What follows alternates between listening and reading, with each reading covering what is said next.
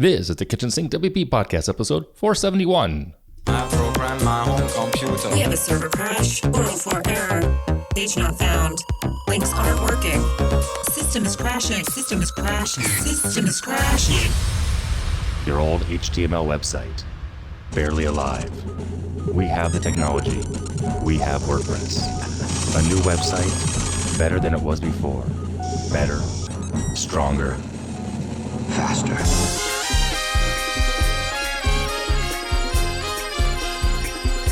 We have the technology. The technology. Well, hello everybody, this is Adam Silver, the host of the Kitchen Sink WP podcast. Thanks for being here. Let's get started. All right, upcoming events. We have two next weekend. We have WordCamp Entebbe, which is in Uganda. Had to look that up. I didn't know where that was. Pretty cool. March 10th and 11th.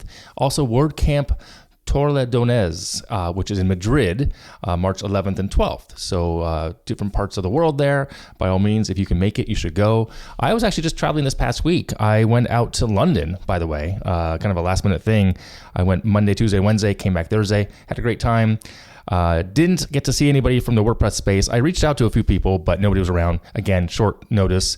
I don't expect people to drop what they're doing to come see me, but had a great time, got in a few runs, so that's kind of cool. And now that I've been to London, I may try to go back to WordCamp London. I think it's coming up as well sometime this year. I have to double check on that. Pretty cool. So, like I said, when I say I won't be some places, you never know. I might show up some places. So keep a lookout for me this year. I'm going to try to get out to more countries as well. So moving on, segment one in the news. A couple things to talk about here. WordPress 101, WP 101, was acquired by none less than Automattic. They are the company behind WP Beginner, Opt-in Monster, all the companies that they keep acquiring. So WP 101 has been acquired. Link in the show notes to that. Presswire. Also, my only real, one of my favorite stories is that I had a cease and desist from WP 101 because I used to teach a course back in Redondo Beach, California called WP 101. And I used it in a tweet. And Sean Hesketh, who used to own it, sent me a note, said, please stop. I have to ask you to stop using that. And the only reason I used it was because of the limitations of characters back then. And I changed the name to WordPress Essentials, so it was fine. But I get it. So I got the cease and desist letter or note from him requesting me to stop using WP 101 in a tweet. Anyway, moving on. Also in the news, MonetizeMore has acquired advanced ads plugin. Apparently MonetizeMore is an ad revenue optimization company. I had not heard of them, but pretty cool. And so they acquired advanced ads plugin. Pretty neat. Also, a WordPress 6.2 beta 4 is out for testing, so that's kind of nice. And lastly, in the news, Automattic had released a new block theme for restaurants called Bibimbap. It's named after the beloved Korean comfort food, as they describe it. And I mention this because I see a lot of requests from people, developers and agencies, looking for themes for restaurants. We've had a few requests as well, and so I just kind of, there's a new free block theme for restaurants from Automattic. Check it out. It's in the directory, link in the show notes as well. All right, moving on to segment two, the meat potatoes of this week's episode. It's been 8 weeks, so it's time for questions and answers. Questions sent in by the listeners, answers by me. First question here is about salaries. How do we, as agency owners, dictate salaries or promote salaries in different countries versus in country? Where's a place to find this information? Is there a single place? Well, who sent this in? It doesn't say who sent it in, but I saw someone else ask this question online in the last few weeks as well. I'm not sure where I saw it. And I know there's some resources out there. Some companies share how they do salary transparency. I know my friend Kyle Maurer did this at one point when he was working for another company. At the top of my mind, I don't know how other people are doing this. Luckily, the people I've hired in country and out of country have said to me, this is what they charge. And I kind of go with that. And if it's in my budget, I say, okay. So there's that. I will try to gather this information up for you because I know there's been a couple resources recently. And if I remember to do that, I'll put that in the show notes as well. So as a place where you can kind of see what's going on out there in the world. And I don't know who sent this in. I'm not sure. I'm sorry. I don't have the name on this question. So again, I will try to get that to you. If you're listening, let me know if you find it interesting or helpful. Okay, moving on. Question number 2 here. This is sent in by Dean. How do you deal with client miscommunication issues? So, easy answer. I throw my project manager under the bus. I 100% blame her. I'm kidding. I say that because she listens to this podcast. And actually, depending on the situation, it will dictate my response. That said, I've learned to take a beat, take a moment, not be overly defensive. If it's truly an urgent matter, I might change my approach to say, hey, look, this is not in the terms of service, or, it just depends if it's really on their end versus our end. But at the end of the day, it's a business. We're all adults. I don't take it personally. And I try to remedy the situation best I can, that where both parties come out happy. That's what I really try to do. Miscommunication happens. And also, I will say that it's also about client training and expectations.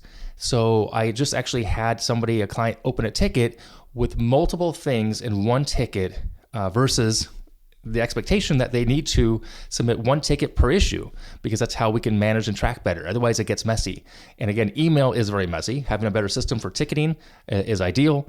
Project management is also necessary to have for feedback for clients when you're doing a web design, also ideal, versus just email. Email gets messy, like I said, and if other people forget to CC everybody involved, then communication is a problem. So it really comes down to just being an adult, running it as a business. Don't take it personally. So there you go.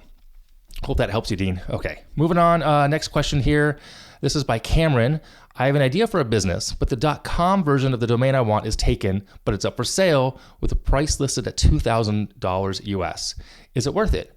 I did see that the top level domain .store and .co are also available, which could work as well.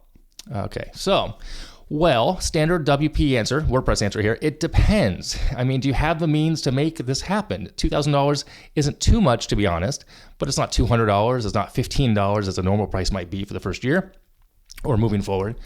Would I spend $2,000 to start? Probably not. I may go with the alternative for now, with ideally the thought that once I actually made money, I could then buy it, the main one, the .com, because the .com still has that panache, if you will. And then I could either move the site there or redirect the URL to the live site, whichever one you bought. It's the same thing I tell people that I coach and I mentor. Don't get caught up in the minutia early on. Go find a client, then create the business card and the logo. You really want to just make sure you have any sales that justify that. Now, I mean, if you have a budget, if you've taken a loan, $2,000, how fast can you make that back? Does it make sense? Is it a branding issue? It's not a lot of money in one aspect for some, but I don't know if I would spend $2,000 on a domain for a brand new idea. That's just me. So, all right. Hope that helps, Cameron. And this last question sent in, is this last one? Yeah, this last one is by Ron C. Do you have any experience with POD services? Do you have a favorite? So, solid question. Yes, I do. For those who don't know, POD is print on demand. So there are so many these days. And I've checked out, I think, about 3 or 4 of them. The ones I've used often, Printful, Printify, and Gelato. And they all have their pros and cons. But for the most part, fairly simple, fairly easy to set up and configure. They tie in directly to WooCommerce. Not that difficult to do, really. Some of them have better tutorials and trainings and figured stuff out like that. As far as a recommendation, it really depends on the products you want, if they have them available at all, if the pricing works for you, meaning the margins and profits. A case in point, Gelato has the counter I used last year. The format I wanted, it was easy to do, but the margins were smaller than I expected. I learned a lot from that process. And that said, I'm looking for a new option for this year possibly, but I don't know if I'll find one. If I don't get the margins I want, I need more sales. So again, it just comes down to what products do these companies have? If it's a t-shirt, a mug, a mouse pad. I'm surprised that people still sell mouse pads, honestly. That does surprise me on the weekly. When I see these out there, on the monthly, I guess. Who sells mouse pads? I don't know. That's just me. All right. So yeah, Gelato works fine. Printful, and Printify. Printful and Printify. And then there's other ones also for photography. There's, what's the other one I used to use? MPix for print on demand. And I can't think of the other one I used to use a long time ago. But they all work well. There's less risk of taking stake and buying stock and having it in your garage and mailing it out yourself. So again, not difficult to figure out how to make these work. So hope that helps for you a little bit there, Ron. All right, thanks for the question. Is that it? Yeah, that is it for the questions. All right, moving on. Segment 3, tip and tool of the week. This week's tip, it's a website, it's a service, it's bookstackapp.com. It's a simple and free wiki software, which is self-hosted, easy to use, and it helps you store information. So if you're looking for your own kind of wiki, and I think I did a series on this a year or two ago, but I didn't know about this one, and I'm not sure where I saw this one. Oh, I know where I saw it. The gentleman that used to work at Automattic, he now runs a newspaper. I can't think of his name all of a sudden. He mentioned it in his write-up. So pretty cool. I checked it out just looking at it as an idea. So bookstackapp.com. There you go. Check that out if you're looking for a wiki type of tool and service that you want to self-host. All right. That's it for this week. If you have any questions, go ahead and send it in via email, adam@kitchensinkwp.com, or use that SpeakPipe function on the website. If you want to support the show, you can become a Patreon. I would love that. If you want to sponsor the show, you can do that too. There's a form on the website for that as well. Thanks for listening. See you next week. Now go out and do some awesome things with WordPress. All right? Bye-bye.